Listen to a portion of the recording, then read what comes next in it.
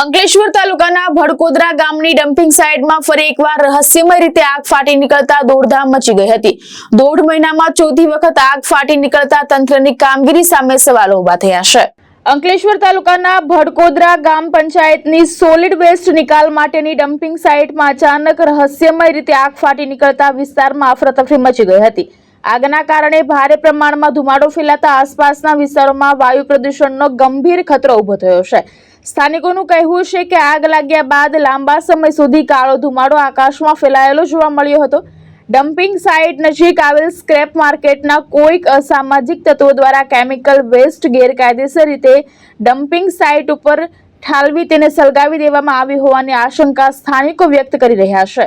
અત્રે ઉલ્લેખનીય છે કે ગત તારીખ 10 ફેબ્રુઆરી અને 23 ફેબ્રુઆરી અને 6 માર્ચની રાત્રિએ પણ આ જ ડમ્પિંગ સાઇટમાં આગ ફાટી નીકળી હતી।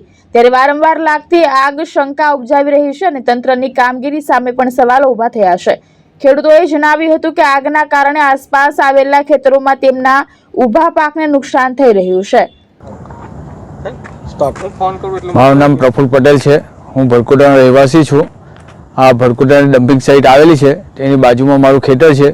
આજે સવારની 9 વાગ્યાની અહીંયા આગ લાગેલી છે ને આવી અવારનવાર આગો લાગ્યા કરે છે।